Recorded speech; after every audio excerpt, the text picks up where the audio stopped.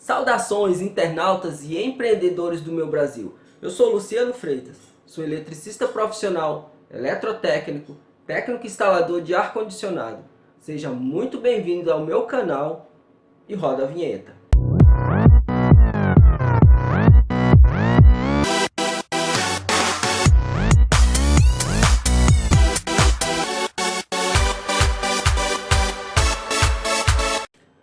E aí pessoal, beleza? Pessoal, o vídeo de hoje eu vou estar fazendo em resposta a um inscrito do canal, é o Robson Souza. Mas enfim, o Robson, ele escreveu aí pra mim, ele deixou um comentário que já assistiu quase 3.000 vídeos no YouTube e nenhum vídeo desses ele encontrou a resposta que ele procurava, né? Eu só espero que ele não tenha assistido todos esses vídeos em uma lan house, porque provavelmente o que ele gastou daria para ter pago um curso profissionalizante, talvez até no Senai, né? Bom, brincadeiras à parte, que na verdade tem certos cursos aí, certos treinamentos que a gente vê por aí, inclusive eu mesmo, há uns anos atrás eu participei de um treinamento, paguei R$ 800, de 40 horas, que a única coisa boa lá que eu achei que dava para aproveitar legal era o lanche e o almoço, porque o conteúdo realmente, as planilhas, as tabelas que o cara tinha lá, o instrutor, era de 2.000 anos atrás, né? O cara falando que um ar-condicionado de 9.000 BTUs tinha uma corrente elétrica de 7 amperes, de 7 a 10 amperes. Quando hoje um ar-condicionado de 9.000 BTUs ele tem 890 watts, salvo engano. Você dividir isso por 220 ou 240, vai dar em torno de 2 amperes. Estou falando de cabeça aqui sem usar calculadora. Bom, mas enfim, a dúvida aí do nosso amigo é que ele não está sabendo interpretar a leitura no manômetro de ponteiro, né? Esses manômetros manifold analógico, digamos assim, né? Que segundo ele, todos os vídeos que eles assistiu aí, a maioria deles está com o manifold digital, né? Então eu falei para ele, eu respondi para ele lá direto no vídeo. Eu falei, não, beleza, eu vou gravar um vídeo especialmente, não vou dizer que é especialmente para ele, porque pode servir para muitas outras pessoas, mas meio que focado a isso que ele pediu, né? Só que o que acontece, Robson e os demais interessados, não adiantaria simplesmente eu te mostrar, te ensinar como interpretar a leitura no manifold analógico de ponteiro e não falar sobre pressão, temperatura, peso, porque os fluidos refrigerantes, a pressão dos fluidos refrigerantes, ele sofre uma variação conforme a temperatura ambiente. Então de repente eu ensino para você, eu falo, não, olha, você tem que identificar no teu manifold aí, porque conforme a marca às vezes muda, né, o local da escala.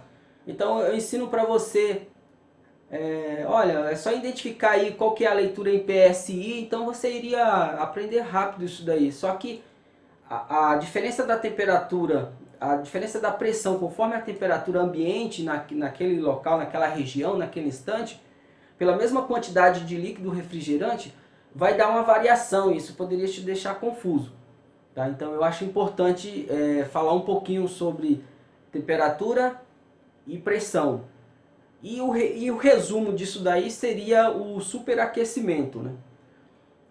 Antes de qualquer coisa eu gostaria de enfatizar, gostaria de recomendar que é muito importante você ler o manual do fabricante. Por quê?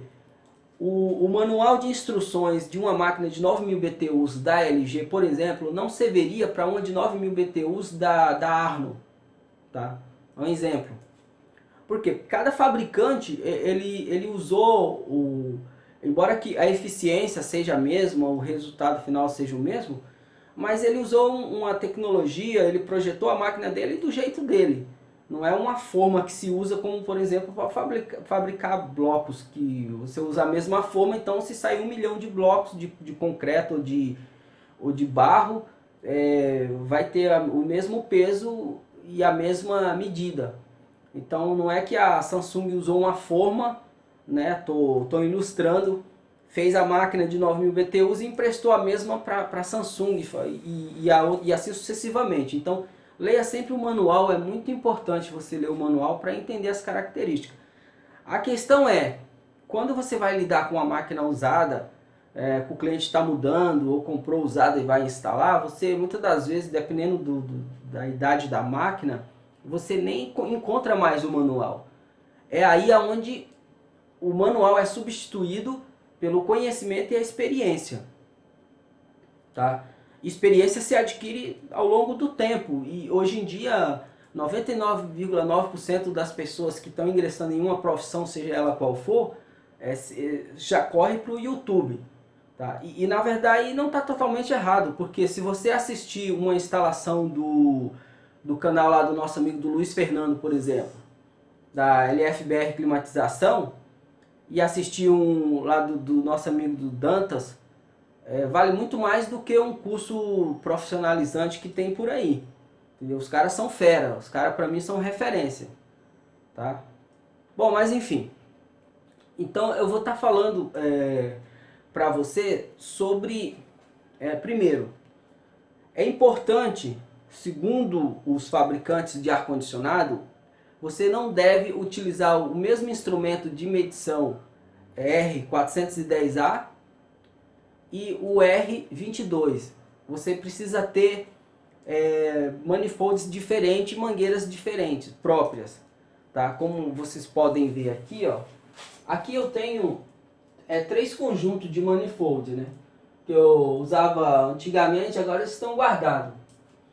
Esse daqui ele serve para medir o R410A, tá? Porque para quem é iniciante de tudo, não sabe mais a espessura, a porca, né? Na verdade a válvula de serviço das máquinas que tem o gás R410A são mais grossas do que as do R22, então as mangueiras não cabem, tá? Você não consegue rosquear uma mangueira que seria para o R410A em uma válvula de serviço que tem o gás R22. Então aí você já teria que ter 2 manifolds. De repente, por conta da condição financeira, se você não puder comprar os dois assim, eu te sugeriria comprar só um desse aqui, ó, para o R410A, que é bem mais baratinho, e um desse. Então você teria que ter um desse e um desse aqui. Entretanto, os dois líquidos refrigerantes, eles são medidos em PSI. Tá? Então é só identificar aqui a tabela de PSI, como eu já falei, né? O que confunde o instalador iniciante é porque conforme a marca, você vê aqui eu tenho um da Suria, ou Suria, esse daqui é da Vulcan e esse é do Gold. Então os desenhos internos, as escalas são mostradas de forma diferente, então isso confunde muito os instaladores iniciantes. Mas entenda que qualquer um dos gases, qualquer um dos líquidos refrigerantes, eles são medidos em PSI. Então você é só identificar aqui qual que é a escala em PSI, tá? E aí você, de acordo com as orientações do manual daquela máquina, você vai estar fazendo a leitura certinho. Beleza? Para quem tem condições, eu indico um manifold como este aqui, não dessa marca exatamente, da Field Piece. Tem outras marcas boas aí, confiáveis também, porque com esse daqui você já consegue fazer a leitura de até 45 tipos de gases, inclusive várias outras medições, né, com superaquecimento, subresfriamento, tá? Enfim, tem várias funções. Para quem tem condições de possuir um desses seria excelente. Mas isso aqui não quer dizer, tá? O ar-condicionado foi inventado aí há sei lá quantos anos, agora eu não me lembro, isso aqui tem poucos anos, então não depende de você fazer uma boa instalação, de ter um equipamento desse, tá? Não quer dizer nada. Você precisa ter, ou aquele ou esse. Tá? Nada de fazer expurgo aí que nem os caras faz e depois sai no sapatinho e deixa a máquina com água congelada dentro. Mas é importante ter um dos dois, tá? Mas não necessariamente dizer que precisa ter um desse aqui para ter um trabalho 100% eficiente. Isso aí não tem nada a ver não, tá bom? Esse negócio de eficiência, trabalhar certinho, vai muito da responsabilidade do profissional. Então, Robson, só para tirar a sua dúvida, deixa eu mostrar aqui, ó. Esse manifold aqui, ele é para o gás R410A. Porque eu não sei se dá para focar direito aí, mas a medida dele em PSI é essa externa aqui, ó. Esses numeral externo aqui, ó. Tá? Porque as escalas são bem mais... o que que diferencia? Aí você pode perguntar, pô, mas eu não posso medir o 410A, fazer uma adaptação na mangueira e medir com o mesmo do R22? O que acontece é o seguinte, imagine você 1 metro com a escala em centímetro. Então vamos supor, ele vai ter 100 centímetros, ele vai ter 100 divisões, certo? Agora imagine o mesmo metro em uma escala de 1 polegada. 1 polegada já tem 2,6 centímetros. Então, evidentemente, o metro não teria 100 divisões aqui. Teria bem menos. Teria 100 centímetros, mas se cada polegada tem 2,6 centímetro, então teria muito menos espaço aqui. Então essa é basicamente a diferença. A distância aqui, isso aqui já é fabricado, né, internamente. O mecanismo dele, a pressão já é ajustado para o ponteiro, já é para isso. Por isso que vai ter uma confusão se você ficar usando o mesmo manifold para o R22 no R410A. Porque todos eles são medidos em PSI. Então, geralmente eles usam cores, tá vendo? Se você, eu não sei, acho que não sei se vai dar para pegar aí, senão eu tiro uma foto. Mas se você observar aqui, por exemplo, o PSI, ó, ele está em vermelho, tá? Tá escrito que é em vermelho. Então essa escala em vermelho aqui você já sabe que é a medição que você vai usar. E esse manifold também ele serve para o 410A e o R134A. E tem outras escalas aqui também. Na verdade esse daqui tem 1, 2, 3, 4. Tem 4 escalas, que também, segundo ele, serviria para o 404A e o R22.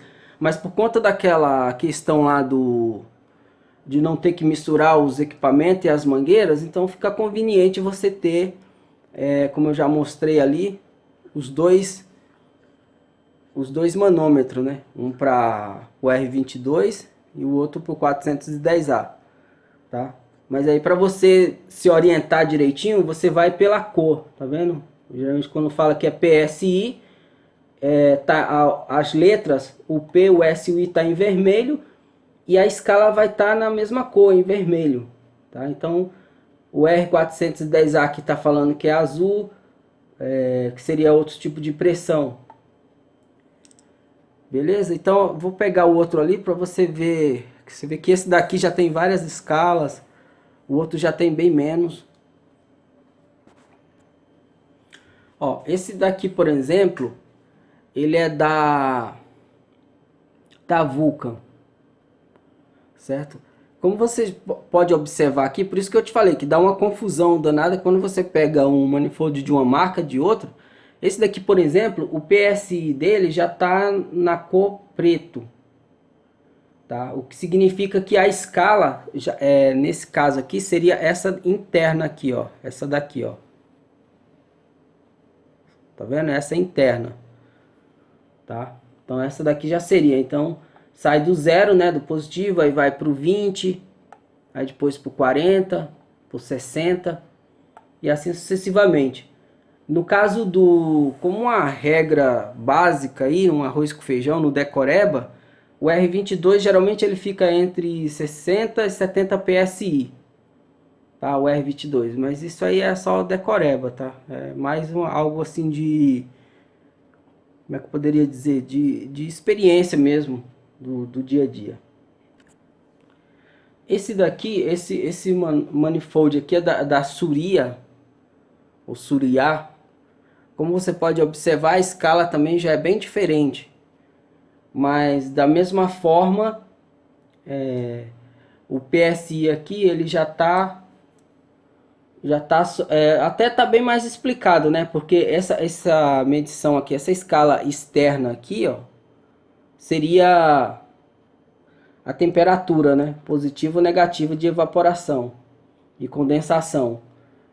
E na verdade o PSI aqui também seria essa escala aqui de preto, essa interna aqui, ó, que começa, tá vendo? Começa do 0 a 50, 100, 150, tá? Isso daqui já é específico só para o R410A.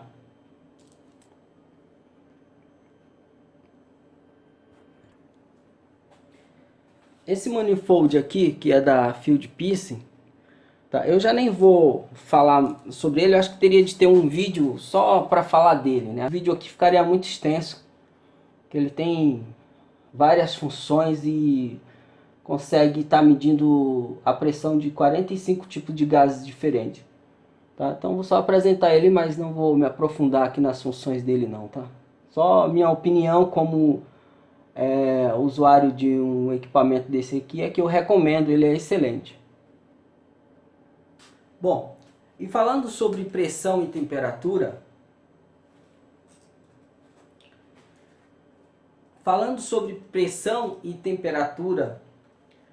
cada líquido refrigerante ele tem uma pressão de trabalho própria. Só que essa pressão ela pode mudar de acordo com a temperatura ambiente. Eu vou citar aqui no quadro um exemplo para você entender melhor o que eu quero dizer. Tome por exemplo o gás R22. 500 gramas seria o peso, a temperatura ambiente 21 graus, a pressão 60 psi. Se essa temperatura aqui ambiente mudar, digamos que você está em uma região, em um ambiente que naquele momento está 21 graus, mas com essa mesma situação aqui, o mesmo tipo de gás, o mesmo peso, você está em um ambiente com 21 graus. De repente, se você for para um ambiente que a temperatura aqui de 21 graus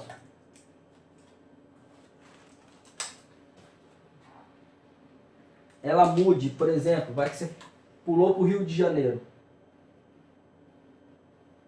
35 graus, e mantém o mesmo gás e o mesmo peso, só que a temperatura ambiente mudou, esse resultado aqui ele vai se alterar. Quanto exatamente, porque isso aqui é só um exemplo, tá? Teria que estar fazendo ensaio, mas para quanto exatamente eu não saberia dizer agora. Não existe assim um cálculo que poderia dar esse resultado, teria que fazer um ensaio mesmo. Mas mudou a temperatura ambiente, a pressão aqui com certeza ela vai sofrer uma variação, tá? Isso aqui é só um exemplo, tá? Portanto, o que eu quero dizer com isso é o seguinte: muita gente fala sobre superaquecimento. O que é o superaquecimento? Quando você lê o manual do equipamento, o fabricante daquele equipamento ele indica lá um número. Por exemplo, o superaquecimento ele deve estar entre 6 e 8. Tá?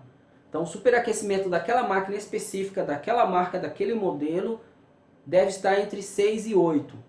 E como que você consegue esses 6 e 8? Você, depois de instalar a máquina, tem uns procedimentos certinho que eu não vou entrar em detalhe, mas depois você lendo o manual, fazendo os procedimentos, você vai medir, né?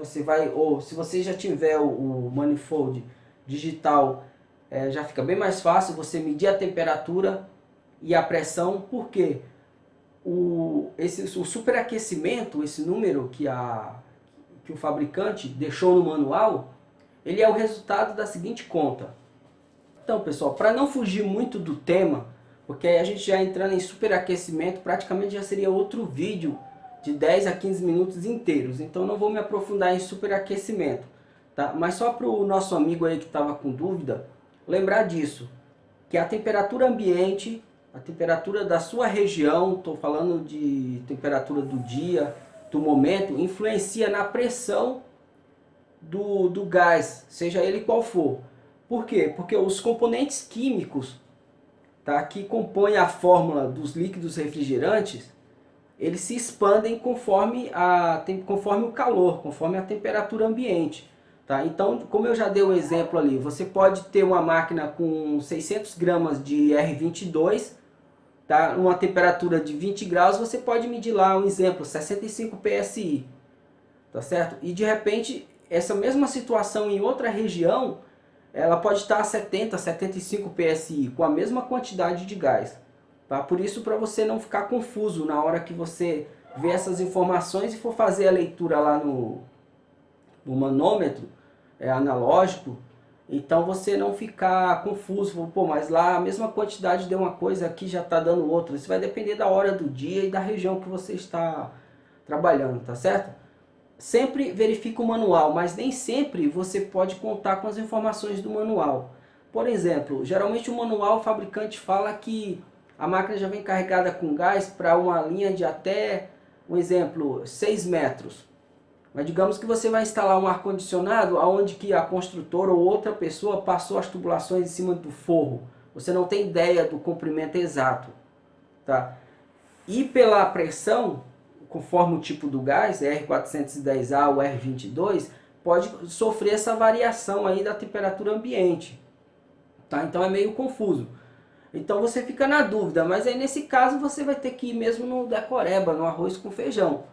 Tá? Que o R22 é entre 65 e 70 PSI e o 410A ele varia entre 120 e 140 PSI. Isso aí é um arroz com feijão, é um decoreba, não dá para você ter uma precisão. Para ter uma precisão mesmo, para dizer assim, não, eu fiz a carga de gás corretamente, a máquina teria que estar totalmente vazia, né, feito o vácuo, e você dá a carga de gás pelo peso. Tá? Porque aí você vai direto na tabela lá, na informação que está na própria condensadora, do peso, né? Então você iria ajustar com perfeição, não precisaria se preocupar com mais nada. Conforme a metragem da tubulação informada no manual. Que eles falam até tantos metros, um exemplo, 600 gramas até 6 metros, passou mais 50 gramas por metro adicionado. Então, aí se você já fez a tubulação, se foi você mediu certinho, dá para você ajustar isso. Fora isso, meu amigo, você vai ter que ir pela experiência mesmo, no mais ou menos, não tem como. Não tem, a não ser que você pegue, igual eu falei, você chega num apartamento igual eu costumo estar indo aí, que a construtora já deixou as tubulações passadas. Você não tem certeza se ali tem 10, 15 metros de tubulação em cima do forro, descendo pela parede, correndo pelo piso. Tá? Então você vai nas informações da máquina, tá falando, aqui tem gás suficiente para até 7 metros. 7 metros. Aí você faz todo o procedimento, a pressão, o R410A, digamos, que ele deveria estar entre 120 e 140 PSI, digamos que esteja com 100. Tá? Então, em tese, você vai complementar até chegar naquela pressão, mas a temperatura do momento vai dar uma variação nisso. É por isso que você vai ter que deixar no mais ou menos, não tem como você dizer. Entendeu? Você não sabe a metragem que foi outra pessoa que passou de tubulação. Tá certo? Então é complicado, é coisas que você vai se ajustando no dia a dia, não existe uma receita, não existe uma fórmula correta para isso, exata. Tá?